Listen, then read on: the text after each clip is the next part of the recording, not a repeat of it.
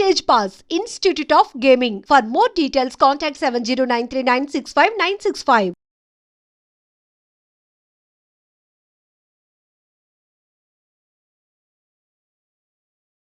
Sir యాక్చువల్గా Kannappa movie రిలీజ్కి ముందు మన ఇద్దరం ఒకసారి కలిసాం.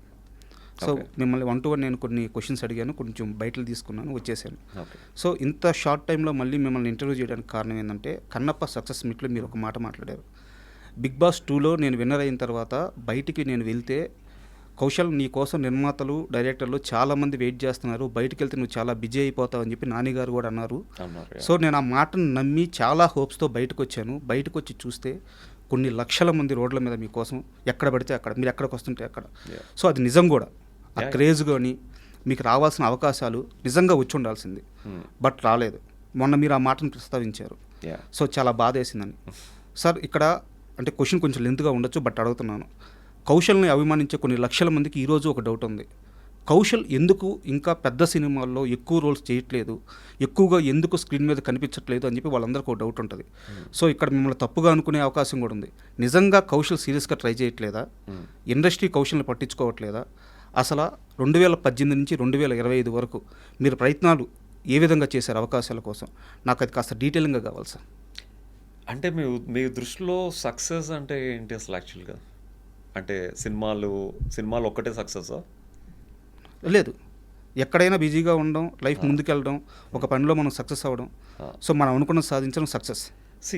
చాలామంది దృష్టిలో అంటే యాజ్ అన్ యాక్టర్ డెఫినెట్గా బయటకు వచ్చిన తర్వాత 10 సినిమాలు చేయాలనుకోవడంలో తప్పు లేదు sir. But as a person I'm succeed after the Bigg Boss actually. అంటే బిగ్ బాస్కి ముందు నేను నిజంగా మేబీ 100కి ఒక 20-30 మందికి తెలిసి ఉంటుంది. బట్ బిగ్ బాస్ నుంచి బయటకు వచ్చిన తర్వాత 100కి 90 మందికి తెలుసు నేను. సో ఆ 90 మందికి తెలియడమే ఒక పెద్ద సక్సెస్ యాక్చువల్గా. ఇప్పటికీ కూడా యూఎస్కి వెళ్ళినప్పుడు, లేకపోతే ఆఫ్టర్ 7 years యూఎస్కి వెళ్ళినా కూడా ఆ 2018లో బిగ్ బాస్కి బయటకు వచ్చినప్పుడు ఎలాంటి అభిమానం, ఎలాంటి ఆప్యాయత ఉందో ఇప్పటికీ నన్ను చూస్తే చాలామంది పెద్దవాళ్ళు కన్నీళ్ళు పెట్టుకుని నువ్వు ఎలా తట్టుకున్నావయ్యా లోపల అంతమంది మధ్యలో నేడుస్తూ ఉంటారు యాక్చువల్గా. ఇప్పటికీ అదే ఫీలింగు, అదే ప్రేమ ఉంది. So that is the big success for me. But as an actor మీరు ఆ క్వశ్చన్ తీసుకొచ్చారు కాబట్టి, చిన్నప్పటి నుంచి ఎన్నో కళలతో హైదరాబాద్లో అడుగుపెట్టాం. నేను హైదరాబాద్లో అడుగుపెట్టినప్పుడు సో నేను నా age around 18.5 maybe. I think నేను ఇంజనీరింగ్ చేస్తున్నప్పుడు ఇక్కడికి వచ్చాను అనమాట యాక్చువల్గా. సో ప్రాగా టూల్స్లో ప్రాజెక్ట్ వర్క్ చేస్తూ హైదరాబాద్లో సెటిల్ అవ్వడం జరిగింది. సో హైదరాబాద్లో నేను వచ్చినప్పుడు 50 రూపీస్తో అడుగు పెట్టాను యాక్చువల్గా.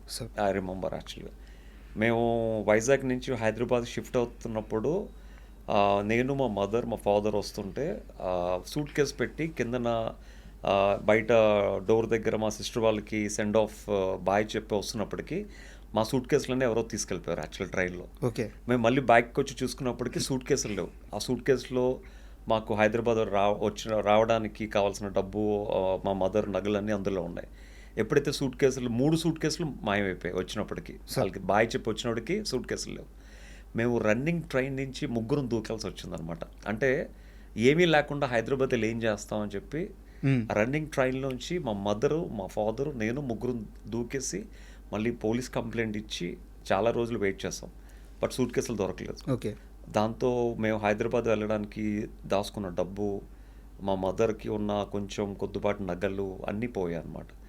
తర్వాత ఇంకా పోలీసుల చుట్టూ తిరిగి ఆ డబ్బులు రాకపోయేసరికి మళ్ళీ మా మదర్కి పాపం మా పిన్నిలందరూ వీళ్ళు వాళ్ళు సారీస్ ఇస్తే అవన్నీ మళ్ళీ ఒక 2 సూట్ కేసులు అవుతాయి. మళ్ళీ అవి పట్టుకుని దే వెంట అనమాట హైదరాబాద్కి రావడం. వాళ్ళు హైదరాబాద్లో వెళ్ళిపోయారు అనమాట ట్రైన్ ఎక్కి. నేను వైజాగ్లో ఉన్న మా హౌస్ అంతా ఖాళీ చేసి ఒక లారీలో నేను మా కజిన్ వస్తుంటే అన్నవరం దగ్గర పెద్ద యాక్సిడెంట్. మొత్తం ఆ లారీ మొత్తం స్మాష్, మొత్తం సగం పాట ఎగిరిపోయింది. లోపల మా సామాన్లన్నీ రోడ్డు మీద చిందరవందరగా పడిపోయాయి. ఇంకా సామాన్లు తీసుకుని కూడా ప్రయోజనం లేక ఆ సామాన్లన్నీ అలాగే వదిలేసి మేము ఒక 2 days తర్వాత హైదరాబాద్ రావడం జరిగింది. అలాంటి పరిస్థితుల్లో హైదరాబాద్లో 50 రూపీస్తో అడుగుపెట్టాను యాక్చువల్గా. సో అప్పుడు మేము బిఎస్ మక్తా సోమాజిగూడ దగ్గర ఒక 600 రూపీస్ రైల్వే ట్రాక్ పక్కన ఒక స్లమ్లో అద్దెకి ఉండేవాళ్ళం యాక్చువల్గా. That is how I started my life in Hyderabad actually. కాకపోతే అక్కడి నుంచి కొంచెం దూరం వెళ్తే ఒక ఎస్టీడీ బూత్ ఉండేది. రోజు కాయిన్స్ వేసుకుని అక్కడున్న కొంతమంది కొరియోగ్రాఫర్స్కి, కోఆర్డినేటర్స్కి, యాడ్ ఫిల్మ్ డైరెక్టర్స్కి ఫోన్ చేస్తే ఎవరో ఒకరు ఏదో ఒక 3 రోజులకి ఒక పేజర్ ఉండేది అనమాట. ఆ అప్పట్లో పేజర్కి మెసేజ్లు వస్తుంటే నేను వెళ్ళి ఫోన్ చేసేవాడిని. సో యాజ్ అ మోడల్గా కాకపోయినా ఒక ఫ్యాషన్ షో అవుతుంటే ఒక 10 సీక్వెన్స్లు అవుతే నాకు ఒక సీక్వెన్స్ ఛాన్స్ ఇచ్చేవారు. ఓకే. సో ఆ సీక్వెన్స్ ఛాన్స్ ఇచ్చినందుకు 500 1000 రూపీస్ ఇచ్చేవారు అనమాట. సో కాకపోతే నేను తెలివిగా ఏం చేశానంటే ఎవరిని నమ్ముకుని హైదరాబాద్ వచ్చానో, అంటే కొంతమంది మోడల్స్ నాకు వైజాగ్ ఫ్యాషన్ షోస్లో పరిచయం అనమాట. కాకపోతే నేను కష్టపడి వితిన్ 6 months నేను నా ఫ్రెండ్స్, హైదరాబాద్లో ఉన్న ఫ్రెండ్స్ అందరికీ నేను వర్క్ ఇవ్వడం మొదలు పెట్టాను actually. That is a big success for me. So అంటే సార్ మీరు అంటే నాకు మీరు చెప్తుంటే పవన్ కళ్యాణ్ గారి సినిమాలో డైలాగ్ ఉంటుంది సార్, అతని జీవితంలో ప్లేట్ మీల్స్ ఈజీగా దొరకలేదు, ఇంకా అమ్మాయి లవ్ ఎక్కడ దొరుకుద్ది అని చెప్పేసి. సో మీరు పడ్డ కష్టం మామూలు కష్టం కాదు. సో నేను క్వశ్చన్ అడడానికి కూడా కారణం ఏంటంటే, సో ఈ జర్నీ అంతా చేసి వచ్చారు, ఒక ప్లాట్ఫామ్ మీద ఆల్రెడీ సక్సెస్ అయ్యారు. సో మీరు మోడలింగ్లో మీరు ఏ స్థాయిలో ఉన్నారో 220 పైగా యాడ్ షూట్స్ చేశారు, ఒక 4 బ్యాచ్లో 5 బ్యాచ్లో మీకు ఇన్స్టిట్యూట్లో మోడలింగ్ ట్రైన్ అవుతున్నారు ఇప్పుడు ప్రజెంట్ కూడా. సో సంవత్సరంలో సమ్మర్ అంతా నాకు తెలిసి యూఎస్లోనో యూఎస్ఏనా సార్? సో అక్కడే బిజీగా ఉంటారు. సో మీరు లైఫ్లో ఒక పార్ట్లో చాలా సక్సెస్ అండ్ ఒక మంచి లగ్జరీ లైఫ్ కూడా లీడ్ చేస్తున్నారు. సో నేను అడిగేది ఏంటంటే, ఒక యాక్టర్గా కూడా ప్రూవ్ చేసుకోవాలని చెప్పి మీకు కోరిక ఉన్నప్పుడు మీరు దానికి అర్హుడు. మీరు వెళ్ళి చాలామందిని కలిశారు, అక్కడ కలిసినప్పుడు మీకు ఎలాంటి పరిస్థితులు ఎదురైనాయి? బిగ్ బాస్ నుంచి బయటకు వచ్చిన తర్వాత నాని గారు బయటకు వెళ్ళి కౌశల్ నీకు చాలామంది వెయిట్ చేస్తున్నారు అన్నారు. నేను అప్పుడు అదే చెప్పాను నాని గారు కూడా, మీరు నాకు ట్రోఫీ ఇచ్చారు, ఈ ట్రోఫీతో నాకు బయట పెద్ద ఉపయోగం ఉండదండి, కాకపోతే మీరు చేసే ప్రతి సినిమాల్లో నాకు ఒక మంచి క్యారెక్టర్ ఇవ్వండి, that is a big success for me అంటే, లేదు నువ్వు బయటికి వెళ్ళు చాలామంది వెయిట్ చేస్తున్నారు, నీకే తెలుస్తుంది అన్నారు. నేను బయటికి వెళ్తే నా లైఫ్ మారిపోద్ది, ఇంకా లైఫ్ అంతా సెటిల్ అయిపోద్ది, ఇంకా జీవితంలో ఇంకా కష్టం అనేది ఉండదు, నేను నమ్ముకుని వచ్చిన ఇండస్ట్రీలోనే చాలా స్ట్రాంగ్గా సెటిల్ అయిపోవచ్చు అన్న నమ్మకంతో బయటకు వచ్చాను. సో బయటకు వచ్చిన తర్వాత అంటే ఆబ్వియస్లీ ఫ్యాన్స్, జనాలు, మనల్ని ఇన్ని 100 రోజులు ఫాలో అయిన అభిమానులు అందరూ రోజు కలుస్తూ ఉండేవారు. యాజ్ అ గ్రాటిట్యూడ్ నేను కూడా చాలా పేషెన్సీతో వాళ్ళతో ఫోటోలతో ఇవ్వడం, లేకపోతే వాళ్ళతో మాట్లాడడం చేసేవాడిని. బట్ నాకు ఇండస్ట్రీ నుంచి పెద్దగా ఏం కాల్స్ రాలేదు యాక్చువల్గా. ఓకే. సో నేను కూడా బయటకు వచ్చిన తర్వాత పర్సనల్గా పూరి జగన్నాథ్ గారిని, సుకుమార్ గారిని, అనిల్ రాయపూడి గారిని ప్రతి ఒక్కరిని కలవడం జరిగింది. ప్రతి ఒక్కరికి నేనంటే ఇష్టం, నేను కష్టపడి వచ్చానని తెలుసు అందరికీ. ఇండస్ట్రీకి ఒకప్పుడు మోడల్స్ లేనప్పుడు నేను మోడల్స్ని ఇంట్రడ్యూస్ చేశానని అందరికీ తెలుసు. ఈవెన్ ఇన్ఫ్యాక్ట్ పూరి జగన్నాథ్ గారి ఫస్ట్ ఫిల్మ్ బద్రికి మొత్తం కాస్టింగ్ కూడా నేనే చేశాను. బట్ ఏంటంటే ఐ థింక్ కౌశల్ నీకు మంచి క్యారెక్టర్ ఇవ్వాలి, అలాంటి క్యారెక్టర్ ఇస్తే మీ ఫ్యాన్స్ ఉందని మమ్మల్ని వేసుకుంటారు, మంచి క్యారెక్టర్ ఇవ్వాలి, బట్ క్యారెక్టర్ పడితే డెఫినెట్గా వి విల్ టెల్ యూ అనేవారు కానీ. బట్ నాకు ఎప్పుడు మళ్ళీ ఫోన్ వచ్చేది కాదు. అంటే ఒక డైరెక్టర్ని మనం 1-2 సార్లు కన్నా అంతకన్నా ఎక్కువ సార్లు మనం అడగలం. అప్పటికీ కూడా అంటే బిగ్ బాస్ విన్ అయిన యాజ్ అ విన్నర్గా యూజువల్గా ఒక కంటెస్టెంట్కి కొంచెం యాటిట్యూడ్ కూడా పెరుగుతుంది. ఈవెన్ నా యాటిట్యూడ్ని అన్ని పక్కన పెట్టి పర్సనల్గా చాలామంది దగ్గరికి వెళ్ళి ఐ ఆస్క్ దెమ్, అంటే at the age of 4 years నుంచి ఐమ్ యాక్టింగ్ థియేటర్. సో ఎలాంటి రోల్ ఇచ్చినా ఐ కెన్ డూ జస్టిస్ అండి. బట్ ఇప్పుడు ఫేమ్ కూడా ఉంది, సో ఈ టైంలో మంచి క్యారెక్టర్స్ పడితే లైఫ్ అంతా ఐ కెన్ సెటిల్ అయిపోవచ్చు, మీరు నాకు అది పెద్ద హెల్ప్ చేసిన వాళ్ళు అవుతారు అని చెప్పాను. బట్ అందరు ఇద్దాం అనుకుంటారు కానీ, బట్ ఐ డోంట్ నో లాస్ట్లో ఏమవుతుందో తెలియదు కానీ, బట్ కరెక్ట్ అయిన క్యారెక్టర్ పడుంటే ఈ పాటికి సెటిల్ అయిపోయి ఉన్నాయి. అంటే ఒక యాక్టర్ కావాల్సింది ఒక మంచి పర్సనాలిటీ, ఒక మంచి ఫిజిక్, ఒక మంచి లుక్స్, అండ్ దానికి తోడు ఒక టాలెంట్. ఇవన్నీ మనకున్నప్పుడు ఇంతకుముందు అవన్నీ ఉన్నా బయట పేరు లేదు, దాని పేరు లేకపోవడం వలన నాకు ఇవ్వట్లేదేమో అని ఒక క్వశ్చన్ మార్క్ ఉండేది. బిగ్ బాస్ గెలిచిన తర్వాత పేరు కూడా యాడ్ అయినప్పుడు I thought it will be more easier for me. But even then I didn't get good roles అని చెప్పాలి.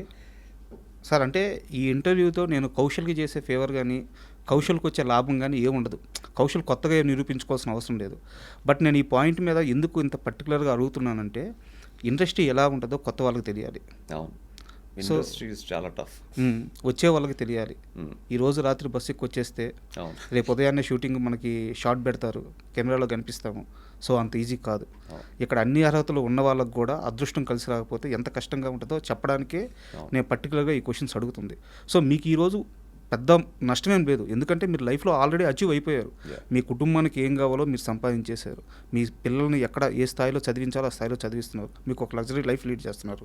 ఇవన్నీ కూడా ఏంటంటే మీరు సైమల్టేనియస్గా సినిమాతో పాటు ఫైనాన్షియల్గా కూడా మీరు మీకు వచ్చిన ఆ మోడలింగ్ కానీ యాడ్ షూట్స్ కానీ పెట్టుకొని మీరు ఇండస్ట్రీని అవగాహన చేసుకొని ఇక్కడ పరిస్థితులు ఎలా ఉంటాయో తెలుసుకొని సో మీ ఫ్యామిలీకి కానీ మీకు కానీ ఫైనాన్షియల్గా ఎలాంటి నష్టం జరగకుండా ఇక్కడ కూడా పోరాడుతున్నారు ఇండస్ట్రీలో కూడా. బట్ కొత్త వాళ్ళకి ఇవన్నీ తెలియదు.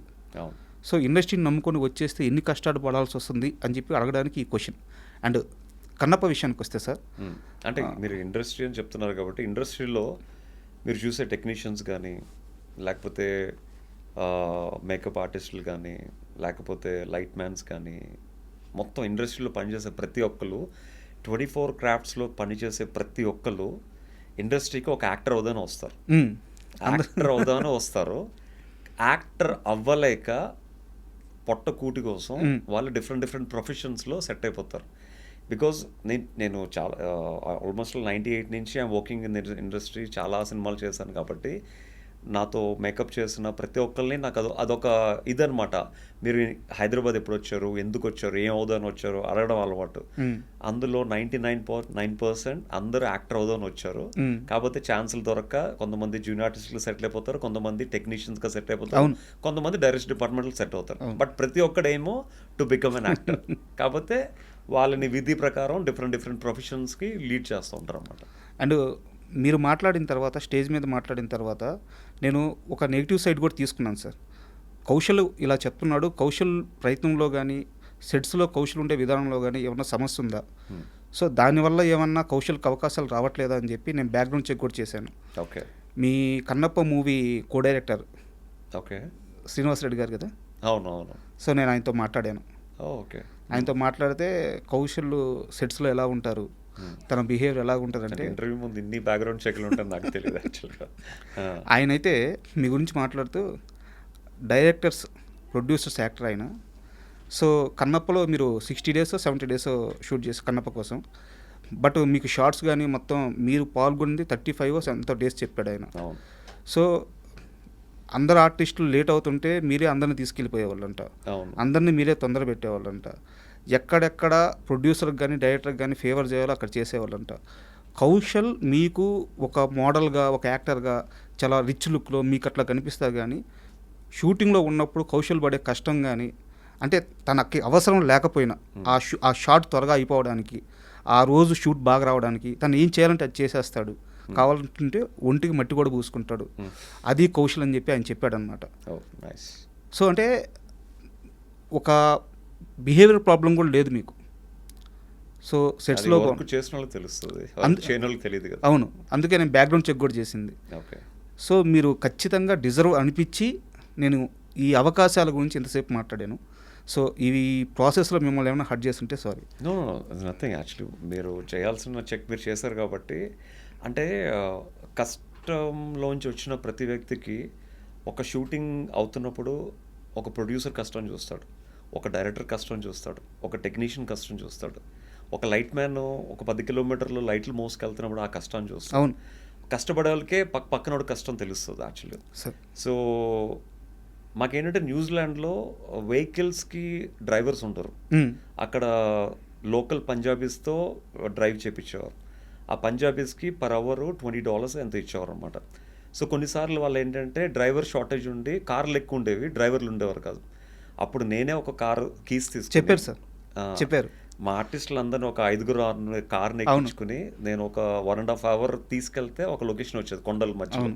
ఆ లొకేషన్కి నేనే పొద్దున్న 6 గంటలకి 7 గంటలకు తీసుకెళ్ళాలి. 7:30 అయినా మోహన్ బాబు గారు చైర్ వేసి కూర్చుంటారు, అక్కడ లైన్ ఉంటుంది. So we have to go before that. And అక్కడ కూడా లైట్ మ్యాన్స్ చాలామంది మట్టిలో కార్లు వెళ్ళేవి కాదన్నమాట. సార్. సో ఒక 4-5 కిలోమీటర్లు ఆ తుప్పల్లోంచి నడుచుకెళ్ళాలి. సో వాళ్ళు ఒక్కొక్కరు 4-5 స్టాండ్లు మోసుకెళ్తే పాపం వాళ్ళు మొయ్యలకు మోసేవారు.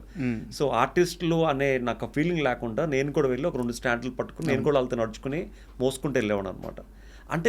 అంటే బేసిక్గా ఏంటంటే నేను ఒక యాడ్ ఫిల్మ్ చేస్తే ఆ ప్రొడక్షన్ వాల్యూస్, ఆ ప్రొడక్షన్లో అంటే 24 క్రాఫ్ట్స్ మీద అవగాహన ఉంది కాబట్టి సో ప్రతి ఒక్కరి కష్టాన్ని కూడా మనం స్వీకరించాలి అండ్ వాళ్ళ కష్టపడుతుంటే చూడలేం కాబట్టి సో ఐ యూస్ టు అంటే నేను చాలా తొందరగా రియాక్ట్ అయ్యి నేను వాళ్ళ కష్టంలో పాలు పంచుకునేవాను అనమాట.